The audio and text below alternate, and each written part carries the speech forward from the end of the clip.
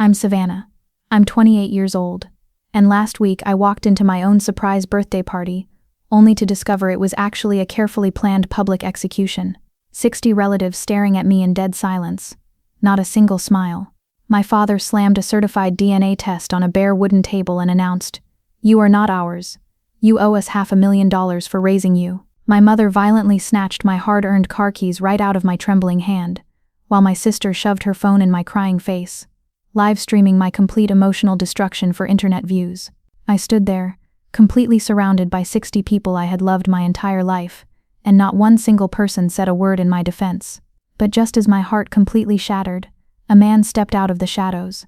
A man my parents swore had died in a fiery crash before I was even born. My biological father. And he didn't come to this nightmare empty-handed. Before I continue, if you find this story of betrayal and survival worth following, please take a moment to like and subscribe, but only if you genuinely want to see these toxic monsters get exactly what they deserve.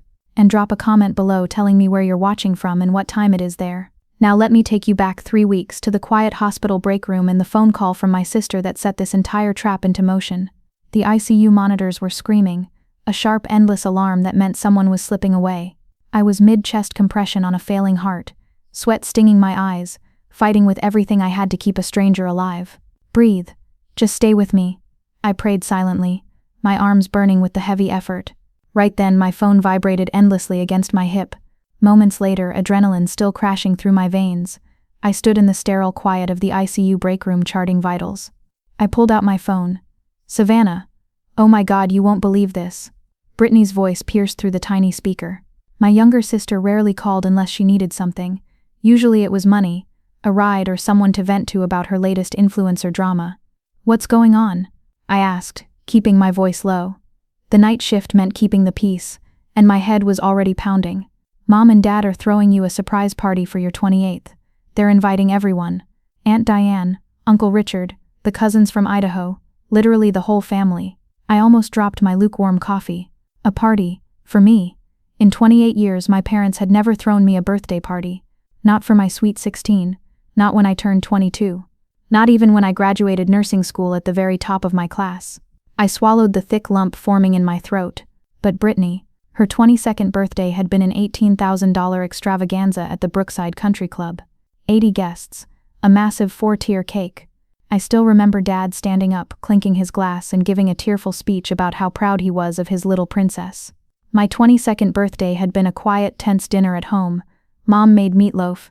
Afterward she patted my shoulder, not quite looking me in the eye, and said, "Money's tight this year, sweetheart. You understand?" I understood. I always understood. I am the one who doesn't need things, I reminded myself. I am the easy one. "Britt, are you sure?" I asked carefully, afraid to believe it. "Mom and Dad don't really do parties for me." "I know, right? That's what makes it so special. They said turning 28 is a big deal. They want to do something nice." She paused, her tone dropping into a stage whisper. "You have to act surprised, okay? I totally wasn't supposed to tell you." "I'll act surprised," I promised, my voice cracking just a little. After we hung up, I sat alone in that break room staring at the blank wall. Maybe things were changing. Maybe after all these years of trying, they finally saw me. I thought that party might finally prove I mattered to them. I had no idea it would prove the exact opposite. The sweet delusion shattered fast. The week before the party, I did what I always do when I feel anxious. I ran the numbers. 6 years as an ICU nurse.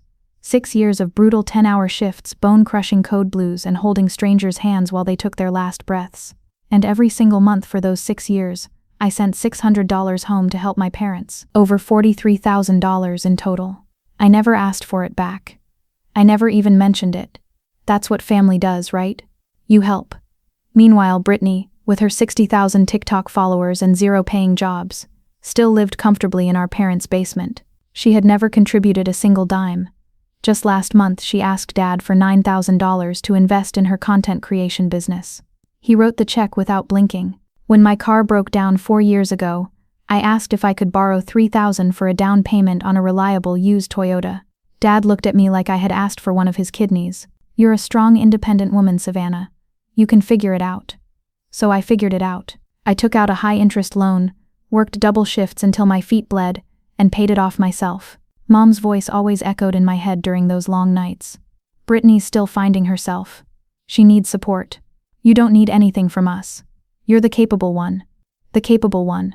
Translation: the one they could completely ignore. And clearly the one they thought they could easily blindside. I really should have known a trap was being set.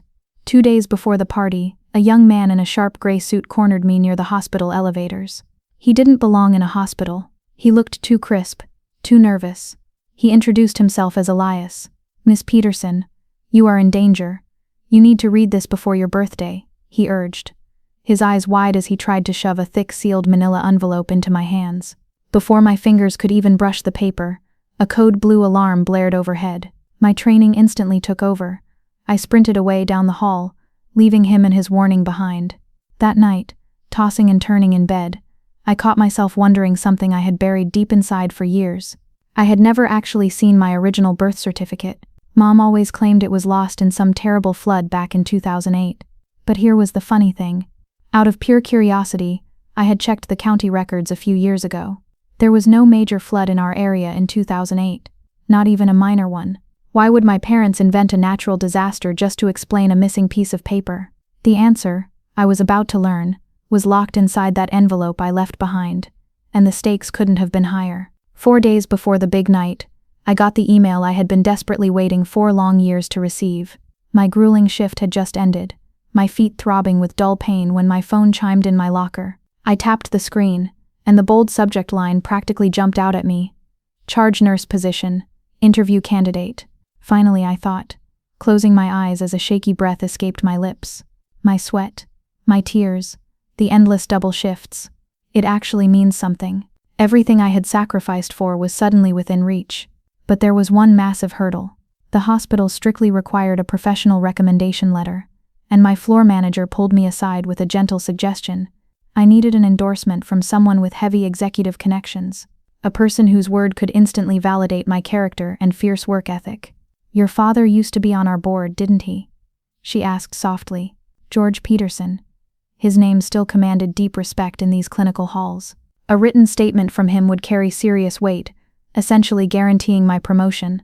So, against my natural instincts, I dialed Dad's number. My stomach twisted into tight, nervous knots while the line rang. "Please don't make me beg. Just this once. Be proud of me." A recommendation letter.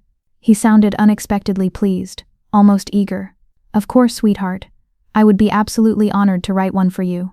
I nearly cried right there in the empty corridor. The sheer relief washed over me like a warm wave. "I will hand it to you at your birthday gathering," he continued smoothly. "We can make it a very special moment.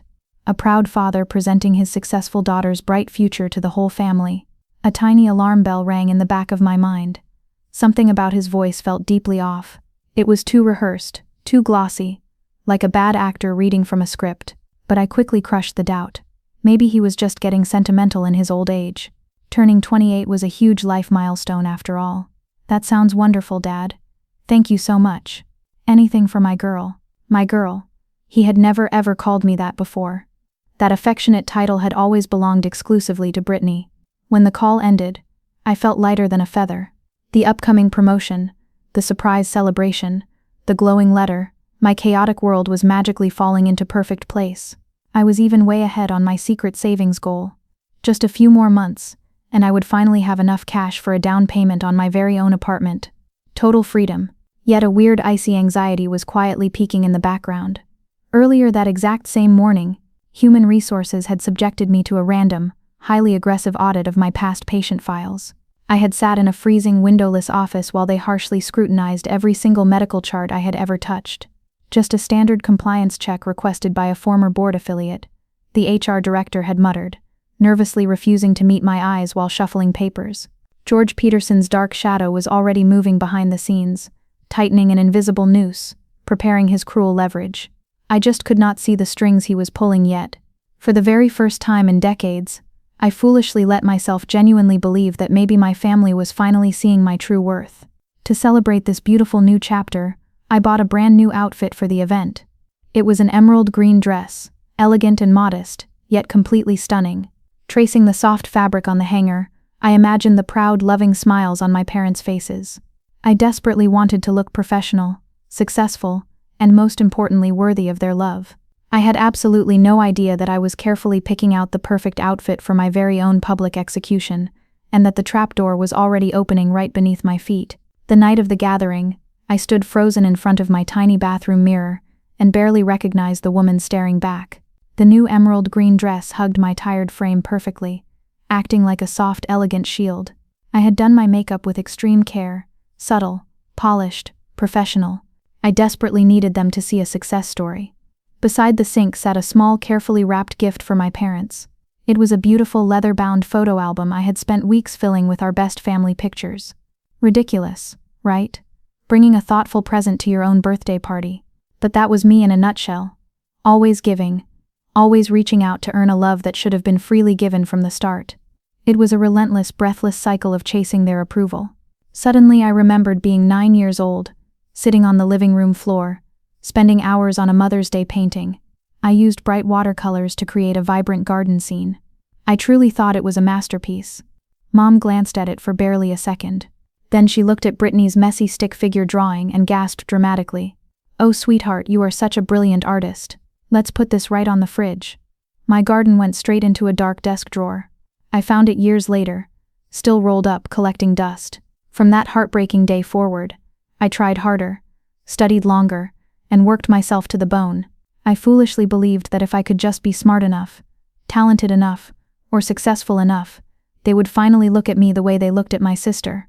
28 years, 28 painful years of trying to belong. Before leaving my quiet apartment, I checked my reflection one final time, smoothing imaginary wrinkles. "Tonight is going to be different," I whispered to the empty room. "They are throwing you a party. Dad is writing you a letter. Things are actually changing." I grabbed my car keys and headed out the front door. That is exactly when I spotted her. Brittany was sitting inside her car right outside my building, her phone camera pointed directly at my hard-earned Toyota. "Hey," I called out, walking over with a forced smile. "What are you doing?"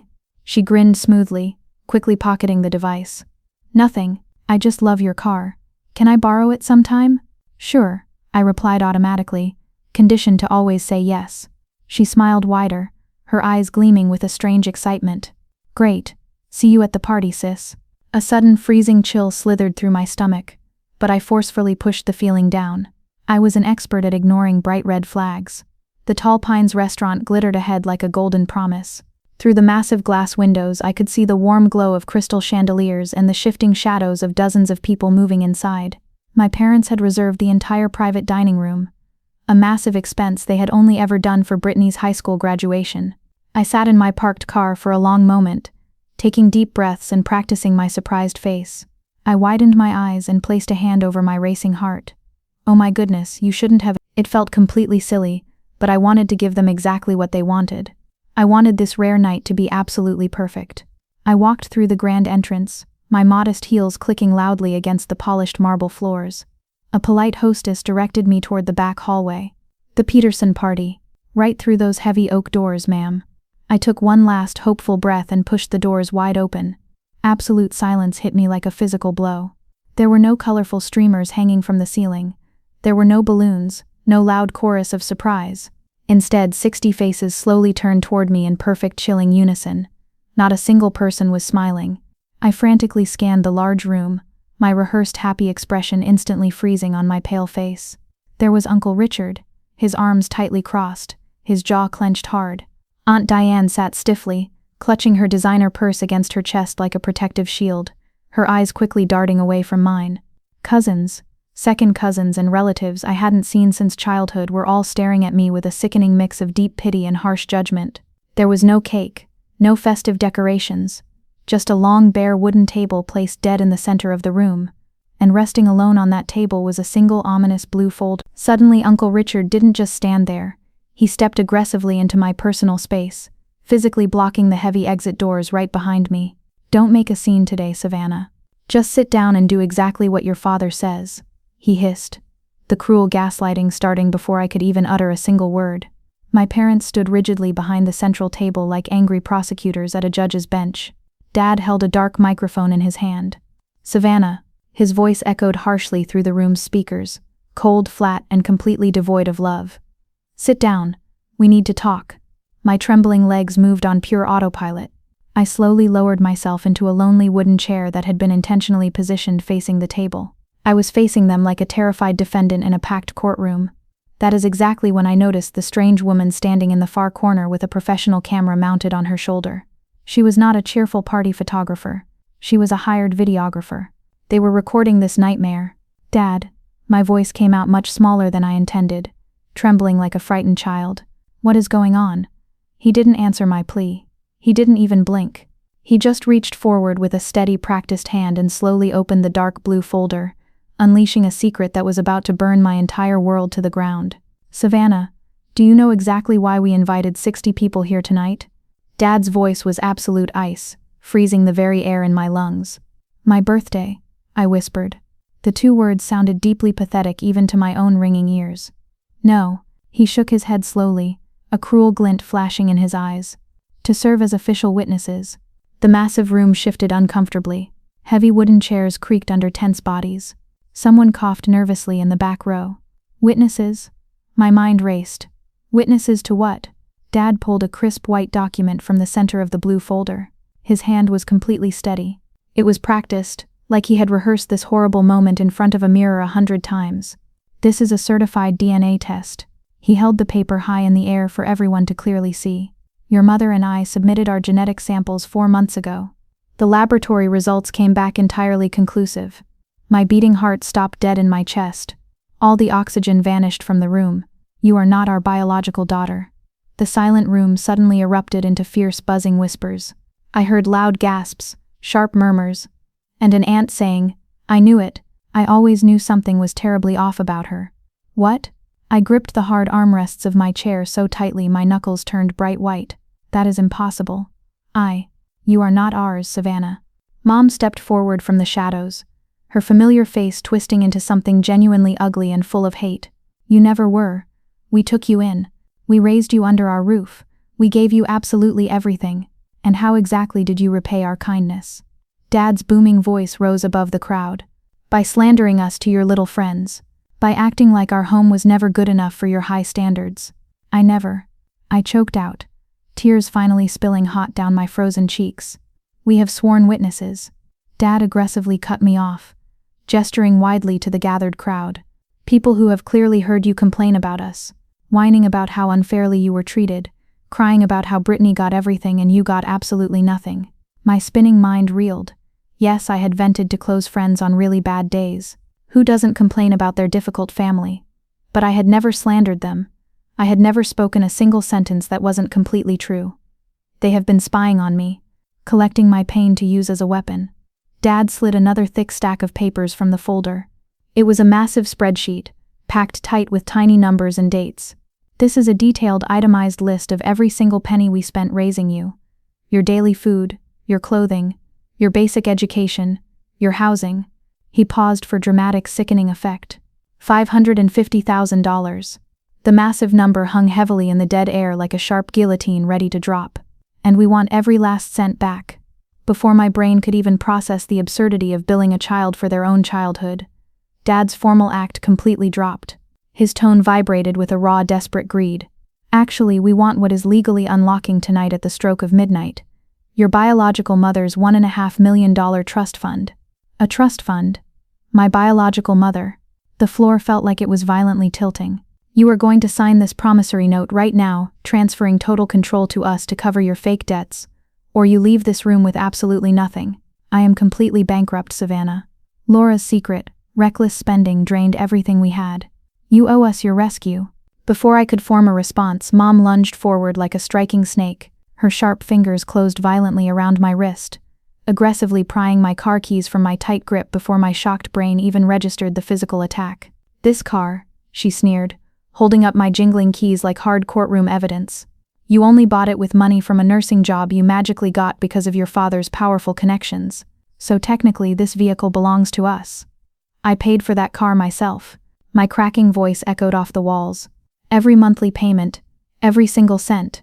I have the official loan documents at home. Your weekly salary comes directly from the hospital where George was a respected board member.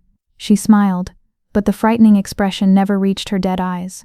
Without him opening doors, you would be absolutely nothing. You owe us everything you currently possess.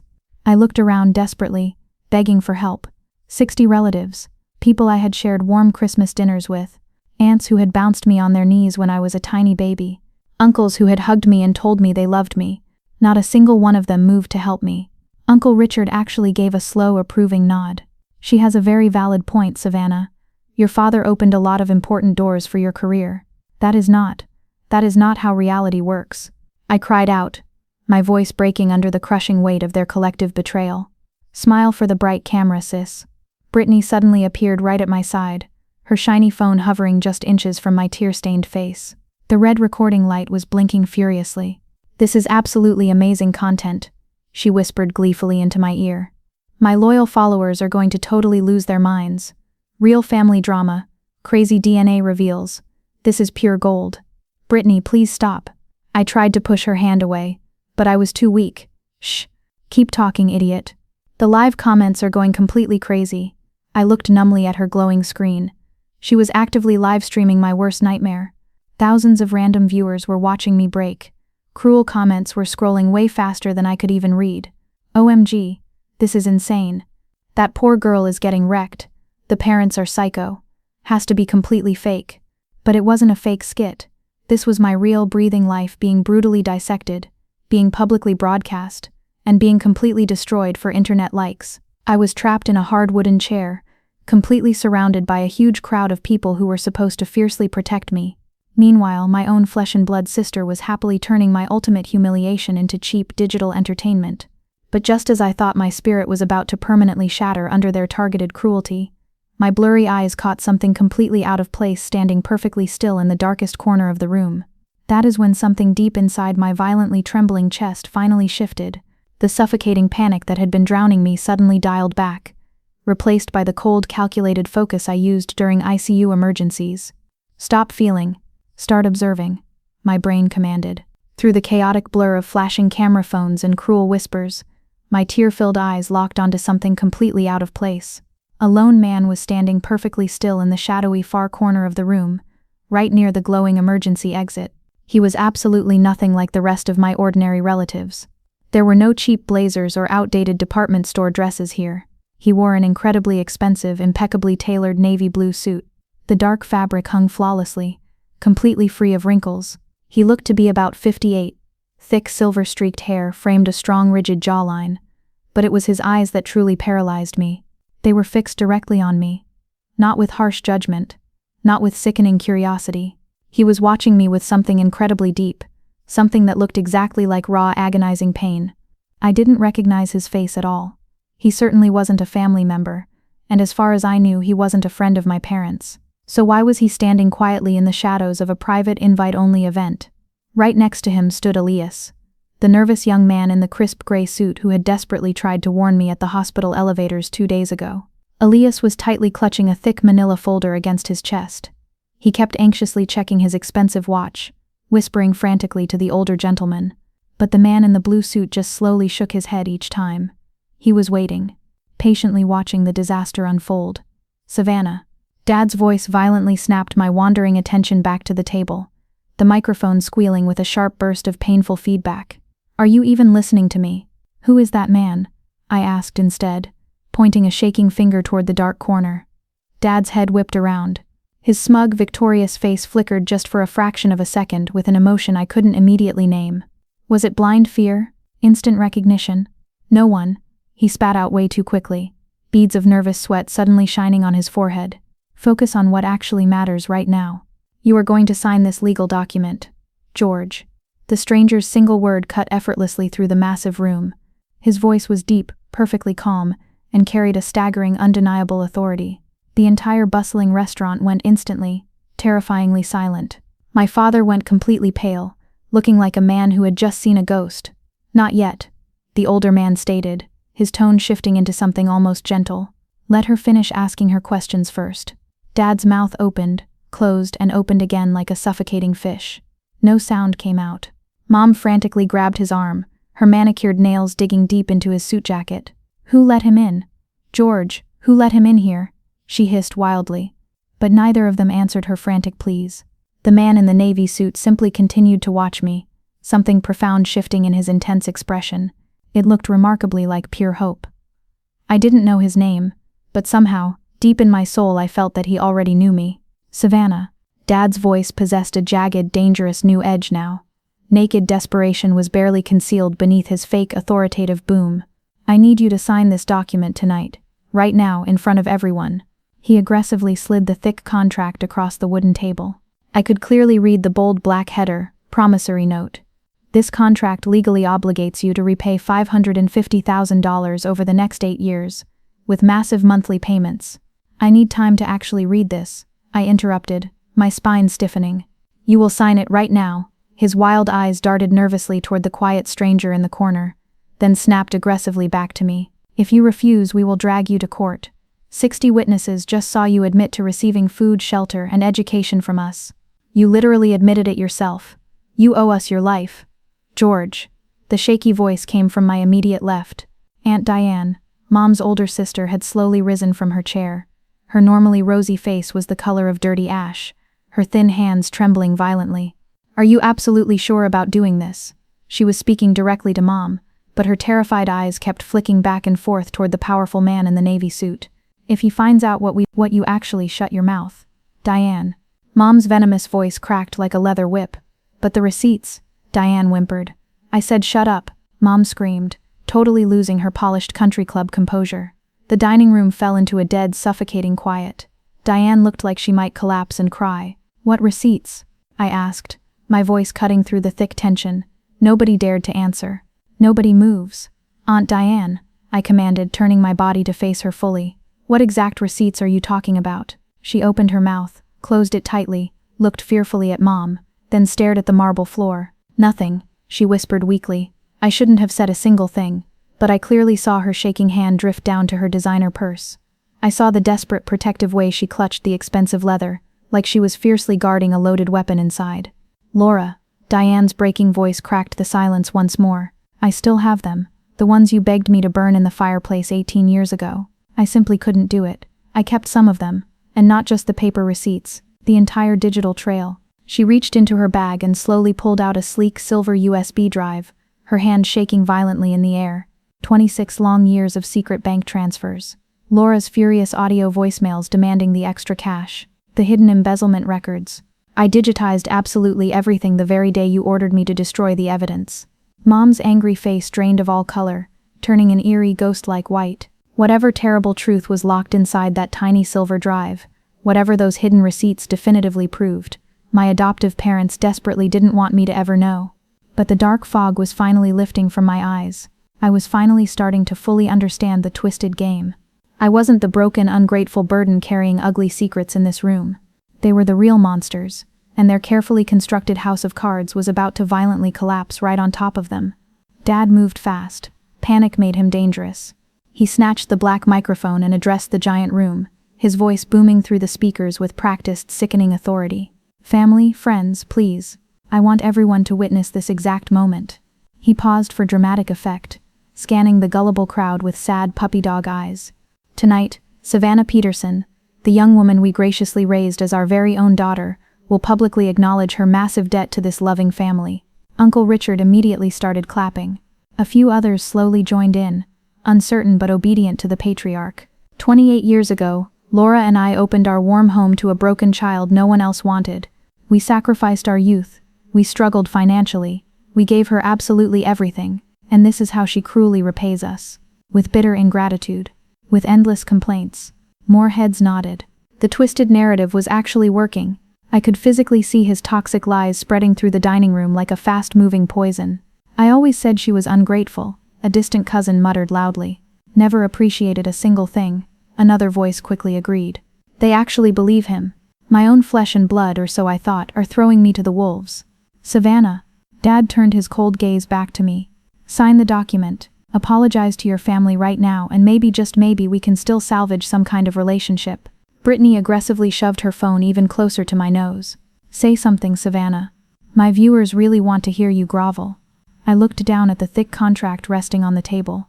$500,000. Crippling monthly payments until I was 36 years old. My entire independent future blindly signed away to the very monsters who were publicly dismembering my soul. And if I refused to sign, My voice was surprisingly steady, lacking the fear he desperately craved. Dad's fake sad expression hardened into pure malice. Then I personally contact your hospital tomorrow morning. The random HR audit I triggered yesterday was just a friendly warning. I will call the board and tell them their star-charged nurse candidate is a complete fraud, a manipulative liar, a woman who arrogantly refuses to honor her rightful debts. He smiled, a thin, cruel line. I sat on their executive board for 12 years, Savannah. Who do you honestly think they will believe? The heavy threat hung in the stagnant air. My beloved career, my peaceful apartment, my bright future, everything I had built from scratch with my own 2 hands. He could effortlessly destroy it all with one single phone call. I had zero leverage, no power, and no allies. Or so I thought. You forgot exactly who I am, Dad. I am a trauma ICU nurse. I have held dying patients' fragile hands at 4 a.m. while their monitors flatlined. I have delivered impossible, world-shattering news to grieving families. I have stayed perfectly calm while loud alarms screamed, blood spilled, and human hearts literally stopped beating. When everything descends into total, uncontrollable chaos, I do not break under the crushing pressure. I simply cannot afford to. So I took a slow, deep breath, and then another. I instantly stopped being the scared, pathetic little girl they fully expected me to be. Triage mode engaged. Cold, calculated, and razor-sharp. Dad, I said softly, my clear voice cutting effortlessly through the nasty murmurs. I have a simple medical question. He frowned deeply. This was absolutely not in his script. What? You just proudly stated that I am not your biological daughter, that you hold concrete DNA proof. I leaned forward, resting my hands flat on the table.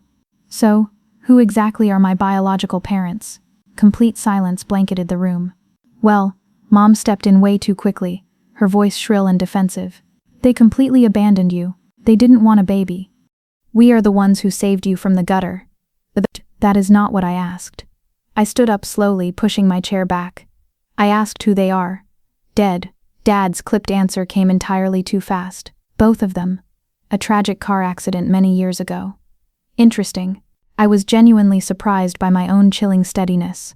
So if they are both dead, who exactly gave you the fresh DNA sample to compare mine against?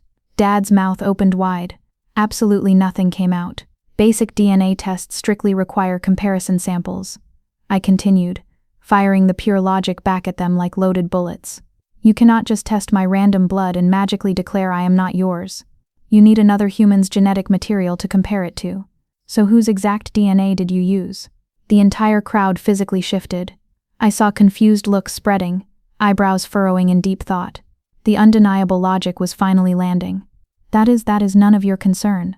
Dad stammered, his face flushing bright red. A dead person's DNA. I pressed harder, stepping out from behind the table. How did you legally get it? Did you illegally exhume a buried body? Did you somehow have ancient medical samples stored in a freezer for 28 years? Loud murmurs erupted again, but this time they weren't aimed at me. Uncle Richard slowly uncrossed his arms, looking suspiciously at his brother. Or, I said quietly, my eyes locking onto the tall, silver-haired stranger standing perfectly still in the dark corner. Is one of my biological parents not actually dead at all? In the shadowy corner, the man in the flawless navy blue suit took a single deliberate step forward into the light. For the very first time in my entire life, my arrogant father looked truly deeply afraid, his mask of absolute control completely shattered. Oh my God, guys. This is getting so unbelievably good. Brittany's shrill voice violently broke the heavy tension. She was still actively live streaming, narrating my worst nightmare for her faceless audience like this was some cheap reality television show. So basically, my parents found out 4 months ago that Savannah isn't really their kid. Someone randomly contacted Dad about it. I think it was a big lawyer or something. And they have literally been planning this epic reveal ever since. Brittany, Mom's horrific screech echoed off the high ceiling. Turn that phone off right now. But the catastrophic damage was already done. The ugly truth had slipped out. 4 months ago, my brain started firing rapidly. That is exactly when Dad started acting so incredibly strange. That is exactly when the aggressive HR audits at the hospital began. They were preparing to destroy me before this deadline hit. I slowly turned my whole body to face my selfish sister. 4 months ago, someone contacted Dad. Brittany's eyes went wide with sudden panic, finally realizing she had made a massive, unforgivable mistake. I totally wasn't supposed to say that on camera. Who contacted him, Brittany? I stepped aggressively toward her, closing the gap.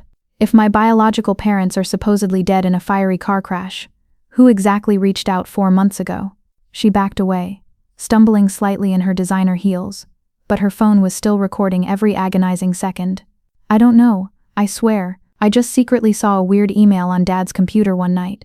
It was from some huge law firm, something about an end of agreement and a mandatory disclosure. Brittany, I swear to God. Dad lunged forward like a trapped animal, trying to violently snatch her glowing phone, but my reflexes were much faster.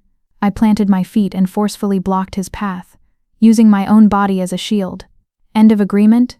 I challenged, staring directly into his terrified eyes. What secret agreement, Dad? What mandatory disclosure? The entire crowd was completely riveted now. The scrolling comments flooded Brittany's live stream faster than a rushing waterfall. Thousands of random strangers were watching. Thousands were actively witnessing the mighty Peterson family crumble piece by piece. There is no agreement, Mom shrieked, her voice cracking with pure unhinged hysteria. She is making things up for attention. Brittany, tell them you are lying right now. But Brittany's pale, terrified face told me absolutely everything I needed to know. She wasn't lying. Someone had officially contacted my adoptive parents 4 months ago. Someone with powerful lawyers. Someone legally forcing them to finally disclose a dark secret they had kept deeply hidden for 28 years. I slowly turned away from my crumbling family and looked toward the corner. The mysterious man in the navy blue suit had moved much closer. He was only 8 feet away from me now. The bright overhead chandelier light caught his face perfectly. His strong jaw was tight. His eyes were shining with unshed tears. And when I looked at him, when I really truly studied his face, I saw something that made the breath completely vanish from my lungs. Something I should have recognized immediately. My eyes. He had my exact unique eyes. The same shape. The same deep expressive shade. He is me, a tiny fragile voice whispered in my mind. I am looking at my own reflection. You're not dead, I whispered, the shaky words barely scraping past my lips. He shook his head slowly, heavy tears finally breaking free and streaming down his weathered face. No, sweetheart. His deep voice cracked with a lifetime of raw, suffocating emotion. I am not. Okay, I need to pause here for just a tiny moment. If you are listening to this and you have already figured out exactly who that incredible man is, hold on to that thought. If you have ever been through something like this yourself, betrayed so completely by the very people who were supposed to love you unconditionally, I want you to know that I see you. I know that suffocating darkness. I read every single comment you leave and I draw strength from your survival. Now let's go back to that life-changing night. Because the stunning truth this man was about to unleash wouldn't just expose my fake parents. It was about to completely rewrite the twisted history of my entire existence. The tall man stepped forward, and the dense murmuring crowd naturally parted for him like flowing water. Allow me to formally introduce myself. His deep voice filled the massive room, calm, deeply measured, and carrying a quiet, undeniable authority my adoptive father could only pretend to possess. Security. Dad's voice violently cracked, sounding pathetic and terribly small. Someone call security right now. This crazy man is trespassing on a private event, but not a single person moved a muscle to help him. My true name is Marshall Wakefield. The older gentleman stopped just a few short feet from me. His intense eyes locked firmly on mine, and I am Savannah's biological father. The dining room absolutely exploded. Loud gasps echoed off the high walls. Angry shouts rang out from the back tables. 60 glowing camera phones quickly emerged from pockets and designer purses. I couldn't pull any air into my burning lungs. You. I stared wildly at him, my mind spinning out of control. You are supposed to be dead. Marshall's strong jaw tightened with visible fury. Is that the cruel lie they fed you? I nodded, entirely unable to form actual words. I have never been dead, Savannah. His tone instantly softened into something incredibly warm and heartbreaking. I have been waiting, for 28 agonizing years. I have been counting down to this exact night, the precise day your mother's trust fund legally unlocks, and you are permanently, forever free of their control. He is lying. Mom suddenly screamed, her polished country club composure spectacularly shattering into a million jagged pieces. He is a cheap con man, a dirty fraud. George, tell these people the truth. But Dad was totally frozen in place, his sweaty, panicked face the sickly color of wet ash. George. Marshall slowly turned his head to face my fake father, and something freezing cold entered his deep tone. Would you like to confess the actual truth right now? Or should I gladly do it for you? Total, suffocating silence blanketed the room. Marshall nodded slowly. I thought so. He turned back to me, and his fierce expression melted into something gentle, almost reverent. Your mother, your beautiful biological mother, was named Caroline. Caroline Hughes. We loved each other very, very deeply. But when she became pregnant with you, her wealthy family, he paused, taking a shaky breath to compose his heavy emotions. Her family fiercely disapproved of me. They cruelly forced her to give you up. Then how did I end up here? I whispered. The Petersons eagerly agreed to adopt you under very specific, strict conditions. His dark eyes flickered dangerously toward my adoptive parents. Conditions they were incredibly well compensated for. I felt the hard marble floor tilt beneath my high heels. What conditions? Marshall reached into his tailored jacket and gently withdrew an old, slightly faded photograph. He handed it to me with trembling fingers. It was a young woman with my exact face, my unique eyes, my bright smile. This was your mother, Caroline, he said softly. And she loved you more than anything else in this entire world. Elias, the quiet paralegal, finally stepped out of the shadows and handed Marshall a thick manila folder. George, Marshall stated, his voice now dangerously calm, you just aggressively demanded that Savannah repay $550,000 for the basic cost of raising her. You literally tried to legally rob her inheritance tonight. That is absolutely right. Dad's voice was weak, purely defensive. Every single penny we spent on her upkeep. How fascinating. Marshall flipped open the heavy folder. Because according to my official banking records, you have already been paid in full. He pulled out a massive stack of official papers and held them high up for the entire room to clearly see. Bank statements. Certified transaction records. Dozens and dozens of them. $1,800. Delivered every single month for 26 long years. Marshall's booming voice carried clearly to every shadowy corner of the restaurant. Starting in 1998, ending just last year. That is well over $550,000, George.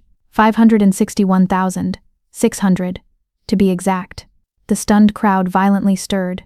Deep confusion rippled through the gathered relatives as the shocking math set in. What exactly is that?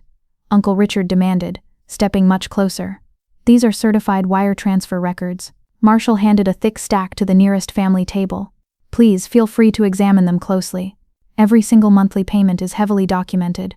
Exact dates, specific amounts, verified routing numbers. He paused, his sharp gaze locking onto my adoptive mother, and Laura's personal signature legally confirming every single receipt. Mom let out a terrible strangled shriek. You. I turned my entire body to face the selfish woman who raised me. You secretly received free money for 26 years. She wouldn't meet my burning, tear-filled eyes. Answer me right now. I yelled. It was rightful compensation. She finally screamed back, her face twisted in pure rage. For taking you into my nice home. For feeding and raising someone else's unwanted mistake. Unwanted. Marshall's voice cut through the tense air like a jagged blade. I got down on my knees and begged to keep her. I begged to raise my baby myself. But Caroline's powerful family demanded I wait until she turned 28. They legally wrote it into Caroline's ironclad will that I could not approach you until the trust fully matured. Terrified I would somehow ruin your young life. They viciously demanded I stay away. His deep voice cracked, raw with pain. And I stupidly agreed because I honestly thought, I desperately hoped you would love her. I thought you would give my little girl a wonderful, happy life. He looked directly at me, heavy tears streaming openly now. I am so deeply sorry, Savannah. I am so sorry I wasn't there to protect you from them. Marshall reached into his jacket one final time. This time he pulled out a small, delicate envelope. It was ancient, yellowed with age, the fragile edges soft from years of careful handling. Your mother, Caroline, tragically passed away when you were only 6 years old. His broad shoulders trembled. Cancer. She fought it bravely for 3 agonizing years. But in the bitter end, he couldn't finish the tragic sentence. I felt hot, heavy tears sliding rapidly down my own numb cheeks. Right before she died, she wrote you a special letter. She gave it to me and begged me to keep it perfectly safe until you were old enough to truly understand. He held out the ancient envelope with both trembling hands, treating it like a sacred offering. I slowly took it. My fingers were shaking so violently I could barely peel the sealed paper open. Inside was a single sheet of delicate stationery covered in elegant, looping handwriting that felt somehow incredibly familiar, like a beautiful song I had only heard in a distant dream. My dearest Savannah, if you are reading this, I am no longer with you. I am so sorry, my sweet baby girl. I am so terribly sorry I couldn't stay to watch you grow. I desperately want you to know that you were never ever unwanted. You were never a mistake. From the very first moment I knew you existed in my tummy, you were the absolute greatest gift of my short life. Your father, Marshall, is a deeply good man, the best man I have ever known. I was just too young and too scared to fight my wealthy family for us, and that is my ultimate lifelong regret. Please do not ever blame him for being absent. He fought for you. He wanted you. He always wanted you. Live your bright life with pure courage, my darling. Be deeply kind. Be fiercely strong. And please know that wherever I am always proudly watching over you. I love you. I will always love you, Mom. I couldn't even see through the blinding tears. The sweet letter completely blurred, then disappeared as I pressed the fragile paper tightly against my aching chest. 60 people watched me in absolute, breathless silence. For the very first time on that horrific night, I didn't feel broken, discarded, or alone. I felt wonderfully, truly found. But the emotional earthquake wasn't over yet, because the quiet woman who had watched me suffer my entire life was finally ready to break her own dark silence. I need to say something. Aunt Diane's trembling voice instantly cut through the heavy, tear-soaked silence. She slowly stood up from her chair, clutching her expensive leather purse against her chest like a protective suit of armor. Diane, sit down right now, Mom commanded, her tone practically dripping with toxic venom. No. Diane shook her head, hot tears streaming down her pale cheeks. I have kept your dirty secrets for 28 years, Laura. I simply cannot carry this crushing weight anymore. She reached high into the air, the silver USB drive catching the bright chandelier light. Every single month, Laura begged me to pick up those massive wire transfers in pure cash. She swore to me it was from a secret life insurance policy. Diane let out a bitter, hollow laugh. I actually believed her for years. I was so incredibly foolish. Diane, I swear to God. Mom snarled, lunging forward. I found out the horrifying truth 4 years ago. Diane's voice suddenly strengthened, echoing with years of buried guilt. I saw Marshall's real name listed on one of the bank transfers. I furiously confronted Laura, and do you know what my own sister did? She coldly told me that if I ever breathed a word to anyone, she would publicly expose my own past mistakes. She brutally blackmailed me into absolute silence. I slowly turned my head to look at my adoptive mother. I really truly looked at her, and I finally saw a monster I had never recognized before. She took his money. She took his love for me, and turned it into her own personal bank account. You knew, I stated, my voice dropping to a dangerous, icy whisper. All this time you secretly knew I had a wonderful father who desperately wanted me, a man who was actively paying a fortune to make sure I was beautifully cared for. And you purposely let me believe I was a worthless, unwanted burden. Mom's face twisted into an ugly sneer. We raised you. We fed you. We put a solid roof over your ungrateful head. With his money, I yelled, gesturing wildly toward Marshall. You raised me using his money, and you still treated me like I was less than nothing, like a stain on your perfect rugs. I planted my feet firmly, standing taller than I ever had in my entire life. You didn't really want $550,000 from me tonight. You just wanted to completely get rid of me before he could ever tell me the truth. Before I finally found out what a greedy thief you really were. Mom had absolutely no answer, because there was no lie left to tell. Dad made one last, incredibly desperate attempt to salvage his burning kingdom. Savannah, please listen to me. His booming voice had drastically changed. It was soft now, almost pitifully pleading. We are still your real family. We raised you. We love you. This entire night was just a terrible misunderstanding. A misunderstanding. I almost laughed at the sheer staggering audacity of the word. You staged a brutal public humiliation. You aggressively demanded $500,000. You ruthlessly threatened my hard-earned career. You had Brittany livestream my emotional destruction to thousands of strangers. You purposely tried to bankrupt my entire future. I shook my head, feeling a profound sense of disgust. That is not a misunderstanding, George. That is a calculated betrayal. But we are still your parents. No, the single word came out perfectly calm. Final. You are not. You are simply the cruel people who took cash to house me, then treated me like a disease. You are the people who lied to my face for 28 years. You are the people who weaponized my own birthday just to destroy me. I turned my back on them and faced the massive crowd. All 60 of them. I am not asking a single one of you to choose sides. This is my tragedy, not yours.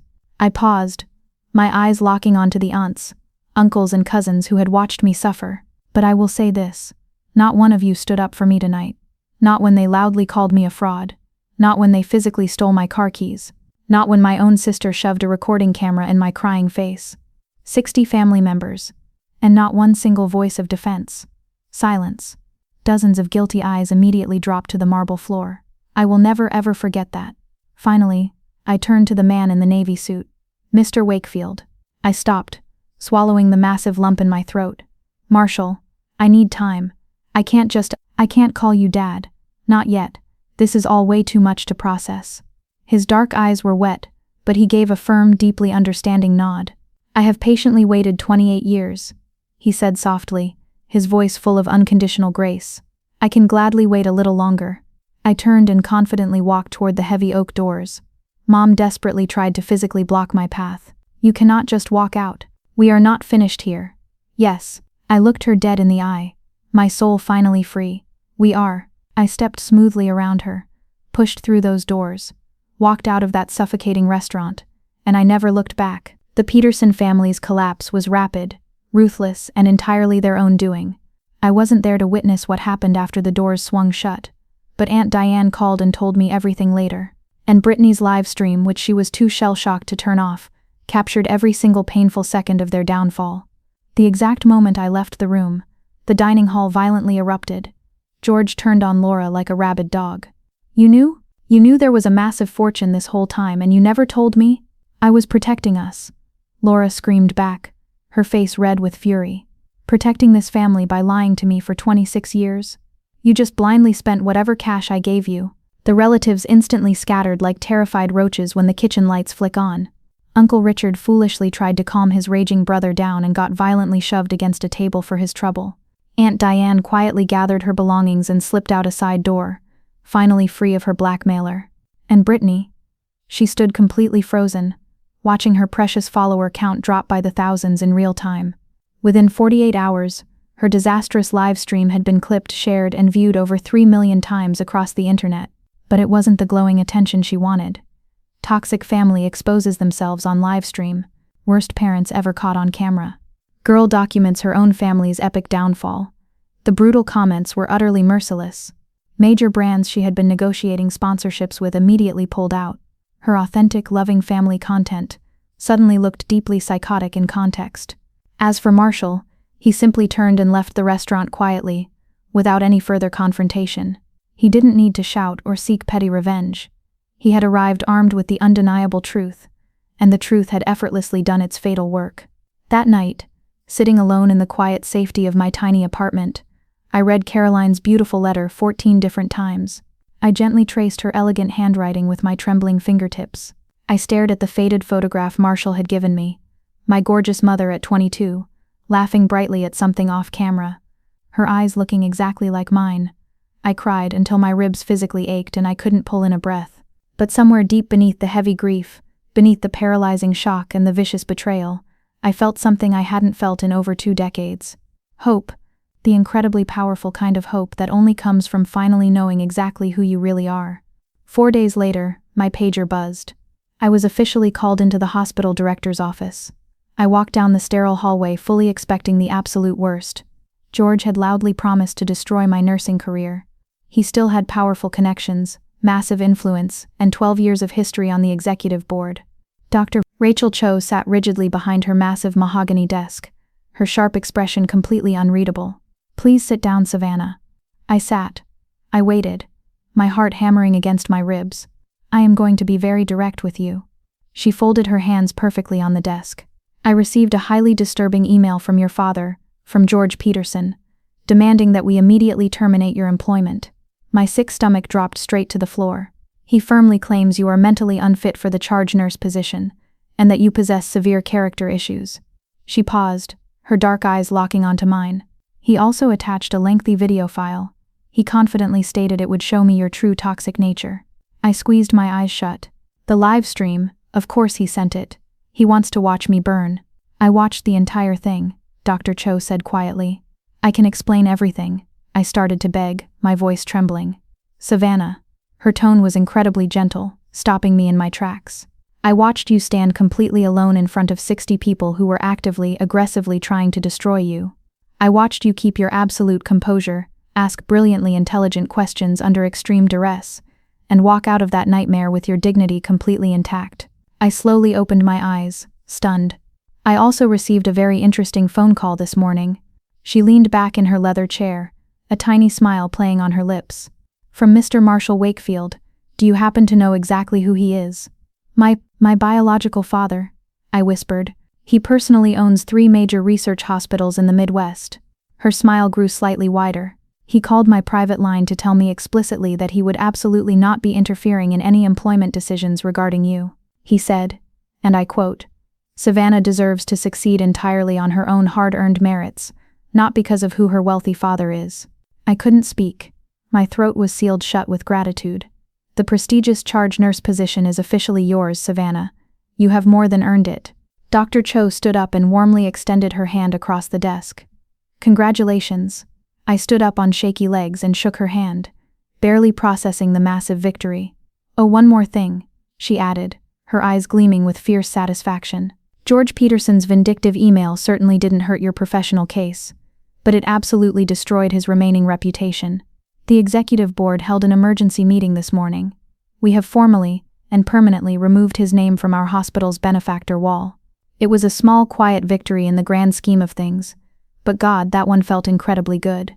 The mighty Peterson empire had officially crumbled to dust, but the most shocking revelation about my fake mother's secret double life was still yet to come. 3 weeks after that explosive night, Aunt Diane called me with the final ugly updates. George and Laura had officially filed for divorce. It wasn't just because of me, though I was the catalyst that finally cracked their hollow foundation. The night of the party, fueled by rage and paranoia, George had broken into Laura's private files. He found more than just the wire transfers from Marshall. Apparently, my adoptive mother had been a ghost in her own home for years. She had been hiding massive sums of money in offshore accounts he never knew existed. She had a secret credit card with a $35,000 balance for luxury items she'd hidden in a storage unit. She was planning her escape for 12 years. "Savannah," Diane whispered over the phone. George just gave her the perfect public excuse to finally pull the trigger. The irony was staggering. They had staged a public trial to expose my betrayal, but in their blind greed, they had accidentally exposed their own mutual destruction. Brittany's downfall was even more pathetic. She lost over 25,000 followers in the first 72 hours. The digital world she lived in turned its back on her with a vengeance. "Aren't you the girl who live-streamed her sister's trauma for clout? Imagine exploiting your own family for views. Absolute garbage human." The comments followed her like a persistent shadow. She eventually deleted her main account and tried to start fresh with mindfulness and healing content. The irony truly wrote itself. George tried to reach me once. A long, rambling email that managed to offer a half-hearted apology while still blaming everyone else for his choices. "I'm sorry things happened the way they did, but you have to understand the immense pressure I was under." I deleted it without typing a single word back. Laura called 15 times. I watched the screen light up, her name flashing like a warning sign, and I let every single one go to voicemail. Her messages morphed from angry demands to weeping pleas for family unity. I didn't respond. Not out of hatred, and not because I wanted revenge. I stayed silent because I had finally learned a lesson that took 28 years to sink in. Some relationships cannot be repaired. They can only be survived, outgrown, and left behind in the dirt. If you've made it this far, I have a question for you. Do you think Savannah should ever forgive the people who tried to sell her soul for a trust fund?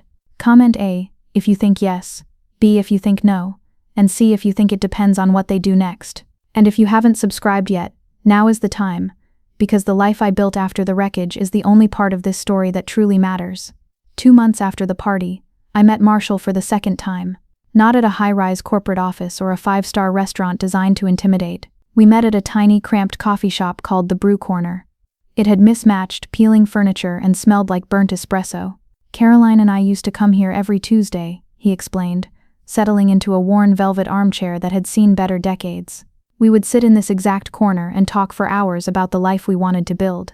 I looked around at the crooked picture frames and the dust motes dancing in the afternoon light. "It's not what I expected from a man like you." "What did you expect?" "I don't know. Something bigger. Something that felt like the money they were obsessed with." Marshall smiled, a sad, weary expression that made him look human rather than a legend. Money doesn't fix a broken heart, Savannah. I learned that the hardest way possible. He stirred his coffee slowly, his gaze distant. I could have fought harder for you back then. I could have hired a fleet of lawyers, pressured her family, used every resource to force the issue. Why didn't you? Because Caroline begged me not to. He looked at me, and I saw 28 years of raw regret in his eyes. She was dying, and she was terrified. She was scared that if I pushed too hard, her family would disappear you to a place I'd never find. She made me promise to wait, to trust that the Petersons would be the parents she couldn't be. His voice cracked. They failed you, and I will never ever forgive myself for not seeing through their mask sooner. We sat in a long, heavy silence. I don't know how to do this, I finally whispered, my voice trembling. I don't know how to have a father. Marshall reached across the small chipped table and gently took my hand. His grip was steady and warm. Neither do I. Really. He smiled through his own tears. But I would very much like to try, if you'll let me. I didn't pull my hand away. Okay, I said softly. Let's try. It wasn't instant forgiveness. It wasn't a movie ending. But it was a start. 4 months later, I signed the lease on my very own apartment. It wasn't a penthouse. It was a modest one-bedroom on the 4th floor of an old brick building. The kitchen was the size of a closet, and the windows stuck when it rained. But it was mine. Every single penny came from my own savings, my own grueling shifts, and my own independent blood, sweat, and tears. Marshall offered to pay the entire down payment. I looked him in the eye and said no, I need to do this myself. We were at the brew corner again, our weekly ritual. He just nodded, his eyes shining with pride. I understand, Savannah. I truly do. That was the miracle of Marshall. He understood that real love wasn't about rescuing me, it was about respecting me. He showed up on moving day anyway. Not with a checkbook, but with a toolbox and a genuine willingness to help me assemble complicated IKEA furniture. We spent 5 hours putting together a single bookshelf. It came out slightly crooked, leaning just a bit to the left. It was absolutely perfect. On my new desk, I placed Caroline's photograph in a simple wooden frame. Every morning, before I head to the hospital for my shift as charge nurse, I look at her face. I see her eyes. I see my own strength reflected back at me. I don't speak to George, Laura, or Brittany. Aunt Diane calls every Sunday. She's the only Peterson I still allow in my world. She sends me family recipes and asks about my patients. She never mentions the party. I think she's still trying to make amends for her silence. I let her. Marshall and I are still learning. Sometimes we talk for hours about the mother I never knew. Sometimes we just sit in a comfortable, healing silence. I'm learning his dry sense of humor, his quiet regrets, and his fierce protective soul. I'm not quite ready to call him Dad yet, but every week the word feels a little less foreign on my tongue. Savannah, he told me last week, as we walked through a park near my new place. I don't need a title, I just need you in my life. Looking back, I've spent so much time trying to figure out why. Why did George and Laura do it? A therapist once told me that George wasn't necessarily a villain in his own mind. He was a coward. His entire identity was built on the illusion of control. When Marshall resurfaced, that control was threatened. He didn't attack me because he hated me. He attacked me because he was terrified of being seen for who he truly was. And Laura, she carried jealousy like a second heartbeat. She was jealous of Caroline, the woman Marshall actually loved. She was jealous of me, the living, breathing reminder of a love she could never possess. She never bonded with me because she never allowed herself to see me as a daughter. I was just a ghost she was paid to keep in the house. And then there was me. Here is the hardest truth of all. I made it easy for them. I spent 28 years being a people pleaser. I swallowed my needs, hushed my voice, and worked myself to exhaustion just to keep their peace. I told myself that if I just tried harder, they would finally love me. They never did. Because people who use you don't want you to have worth. Your feeling of unworthiness is the only thing that makes them feel powerful. I was so busy trying to earn their love that I never stopped to ask if they were even capable of giving it. Here is what I want you to take away from the wreckage of my birthday. Your value is not a variable. It is a constant. It is not determined by how poorly people treat you. If someone consistently makes you feel like you aren't enough, not grateful enough, not successful enough, not worthy enough, that is not a reflection of you. It is a reflection of their own brokenness. Setting boundaries isn't an act of revenge. It's an act of self-respect. And sometimes the family you are born into is just a starting point, not the destination. I am 28 years old now. I have a career I love, an apartment that is my sanctuary, a father who is learning how to be present, and a future that I am writing with my own ink. The Petersons tried to destroy me that night.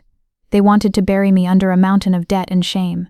Instead, they accidentally handed me the keys to my own cage and watched me fly away. And honestly, that was the only real gift they ever gave me. If you felt the fast-paced, breathless, emotional drive of this journey, if Savannah's fight for the truth deeply touched your heart, please take a quick moment to like and subscribe. Sharing these intense, powerful stories helps us remember that we are never alone in our battles. We all have cages we need to break out of. Join our growing family for more true stories of survival, justice, and finding out who you really are. Hit that subscribe button, and let me know in the comments below, what is the bravest thing you have ever done to protect your own peace?